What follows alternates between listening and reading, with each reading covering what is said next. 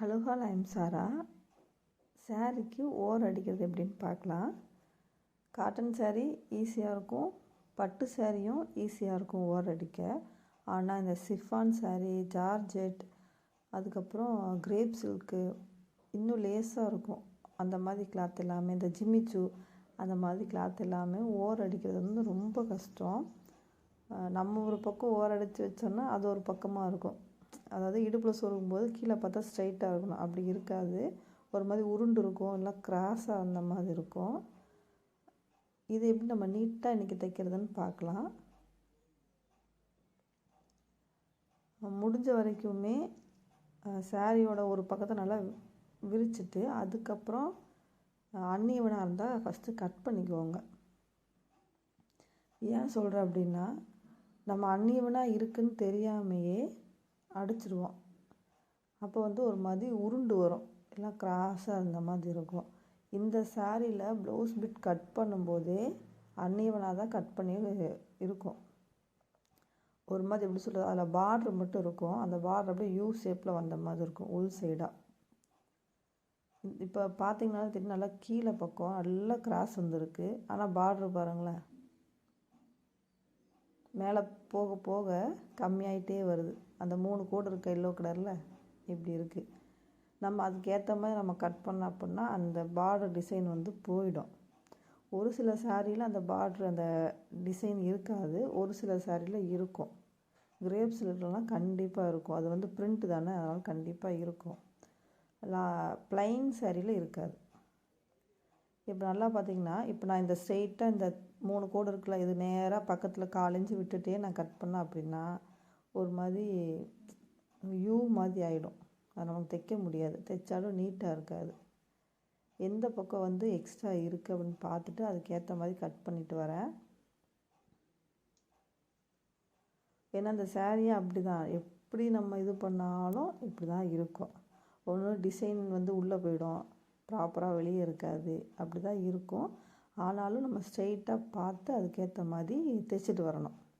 அது வந்து டெய்லர் கையில், அதாவது நம்ம கையில் தான் இருக்குது. கொஞ்சம் கஷ்டம்தான் இந்த சாரியெல்லாம் ஓர் அடிக்கிறது. காட்டன் சாரியாக இருந்தால் இந்நேரம் இந்த பிரச்சனை இருக்காது. அது நம்ம ஆல்ரெடி ப்ளவுஸ் கட் பண்ணியிருப்போம் ஸ்ட்ரெயிட்டாக, அதே அதில் வச்சு நம்ம தைச்சிடலாம். ஒரு சைடு வந்து ஆல்ரெடி அவங்களே கட் பண்ணி கொடுத்துருப்பாங்க, பிசுறு இருந்தால் மட்டும் நம்ம அந்த பிசுரை மட்டும் வெட்டிட்டு தைக்கிற மாதிரி இருக்கும் காட்டன் சாரியில். ஆனால் இந்த மாதிரி சாரியில் மேல் பக்கமும் வெளியே வந்திருக்கும், கீழ் பக்கமும் வெளியே வந்திருக்கணும். நடுப்பக்கம் இருக்கும், அது வந்து ஒரு மாதிரி உள்ளே போயிருக்கும், ஒரு மாதிரி யூ சேஃபாக இருக்கும். அந்த மாதிரி இருக்க சாரீ வந்து எவ்வளோ தான் நீங்கள் ஸ்ட்ரெயிட்டாக கட் பண்ணாலும் ஸ்ட்ரெயிட்டாக ஆகாது. ஒன்று பார்டர் மிஸ் ஆகிடும், இல்லைனா துணி வேஸ்ட் ஆகிடும். இப்போ நான் வந்து ஓரளவுக்கு ஈவனாக கட் பண்ணிவிட்டு சாரியோட ஓரத்தில் தையல் போட்டு வரேன். கைடு மட்டும்தான் அந்த பக்கம் இருக்குது, சேலையோட கிளாத் வெளியே தெரியல. நல்லா பார்த்திங்கன்னா தெரியும், சாரியோட கிளாத் வந்து வெளி பக்கமாக தெரியல, கைடு மேலே தான் அது முடியுது. அங்கே வந்து நான் தையல் போட்டே வரேன். இப்படி தையல் போடுறதுனால என்ன யூஸ் அப்படின்னா, அந்த இடத்துல ஒரு ஸ்ட்ரெயிட் லைன் மாதிரி நம்ம அந்த தையலை வந்து கொண்டு வந்திருக்கோம். இப்போ நான் வந்து தைச்சிட்டேன். இப்போ இது வந்து ஸ்ட்ரெயிட் லைன், இந்த தையல் வந்து ஒரு ஸ்ட்ரெயிட் லைனாக ஃபார்ம் ஆகி அந்த இடத்துல நின்றோம். நம்ம மடித்து அடிக்கும்போது நம்மளுக்கு வந்து கரெக்டாக இருக்கும். கரெக்டானா அந்த ஸ்ட்ரெயிட் லைன் வந்து நம்ம மடித்தா எப்படி இருக்கும், ஸ்ட்ரெயிட் லைனை மடிக்கும்போது ஈஸியாக இருக்கும் நம்ம கைக்கு மடிக்கும்போது. இப்போ எப்பவும் போல் ஒரு 4 இன்ச் பக்கம் உள்ளே மடக்கி அதை அப்படியே வெளி பக்கமாக எடுத்தோம் அப்படின்னா ஒரு மடிப்பு அப்படியே மடித்தோம் அப்படின்னா கரெக்டாக இருக்கும். ஆரம்பிக்கும்போது டபுள் ஸ்டிச் போட்டு ஆரம்பிக்கணும், முடிக்கும்போது டபுள் ஸ்டிச் போட்டு தான் முடிக்கணும். இப்போ நம்ம லைட்டாக அப்படியே ஒரு மடிப்பு மடித்தோன்னா ஸ்ட்ரெயிட்டாக நம்மளுக்கு அது கரெக்டாக வரும். எக்ஸ்ட்ரா வந்து ஃபேப்ரிக் வந்து உள்பக்கமும் இல்லாமல் வெளிப்பக்கமும் இல்லாமல் அந்த மடிப்புக்கு ஏற்ற மாதிரி கரெக்டாக நம்மளுக்கு வந்து கையில் வந்து எடுத்து மடிக்க முடியும். நல்லா க்ளோஸ்அப்பில் தான் வச்சுருக்கேன் பாருங்கள். அந்த நம்ம தையல் போட்டதை பேஸாக வச்சு உள்ளே மடித்தோம் அப்படின்னா அந்த தையல் வந்து நம்ம கையில் இருக்கும். நம்ம ஆள்காட்டி விரலில் வந்து அந்த தையல் வந்து படிஞ்சிருக்கும். எக்ஸ்ட்ரா அந்த 1/4 இன்ச் போல் இருந்துச்சுல ஒரு கைடு போல், அந்த துணி வந்து உள்ளே போயிடும்.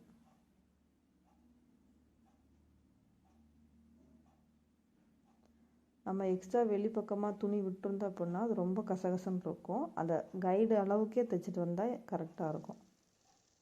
மடிப்பு வந்து ரொம்ப பெருசாகவும் இல்லாமல் ரொம்ப சின்னதாகவும் இல்லாமல் நீட்டாக இருக்கும். உங்களுக்கு அந்த லைன் பார்த்தா தெரியும், நம்ம தைச்சிருக்க லைன் தான் பேஸாகவே இருக்கும். அதை வந்து கையில் பிடிச்சிட்டு தான் உள்ளே மடக்கி தைக்கிறேன்.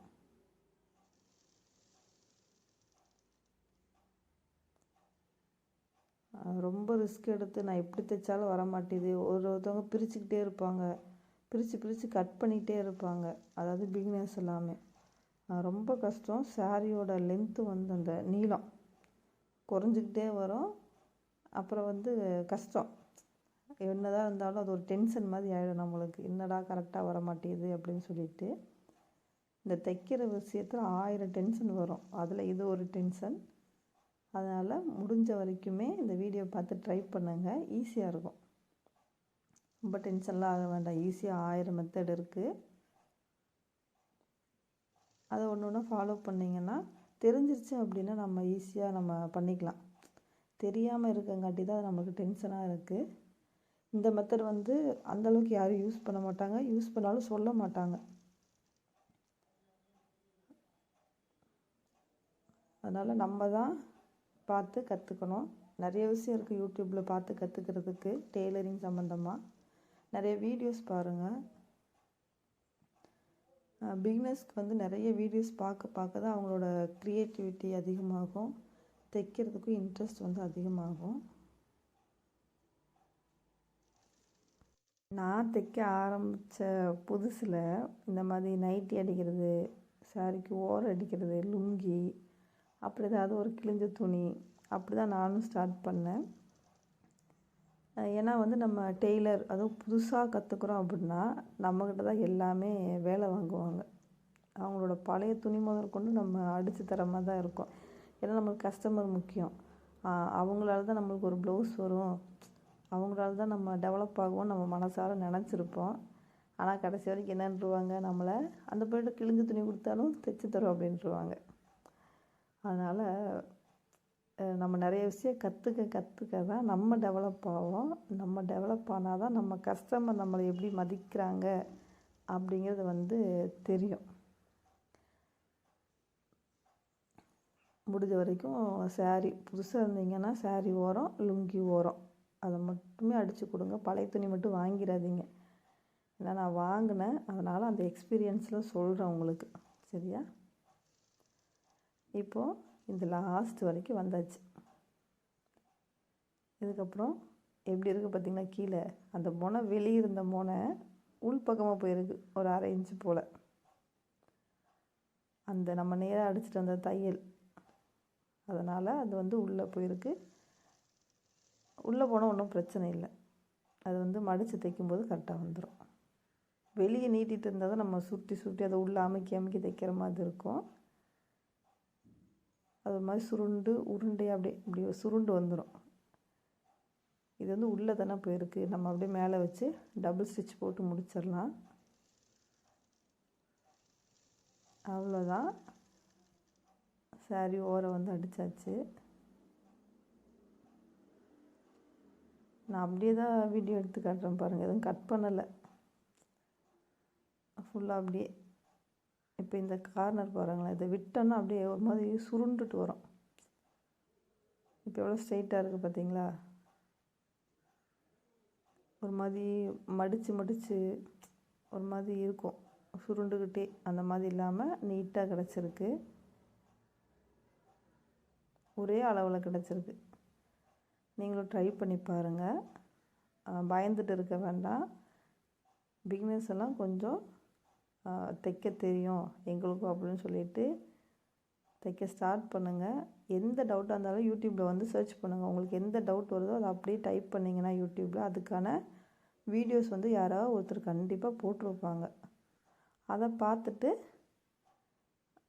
நீங்களும் கொஞ்சம் கற்றுக்கிட்டு டெவலப் ஆகுங்க. நெக்ஸ்ட் வீடியோவில் வரேன். Bye bye.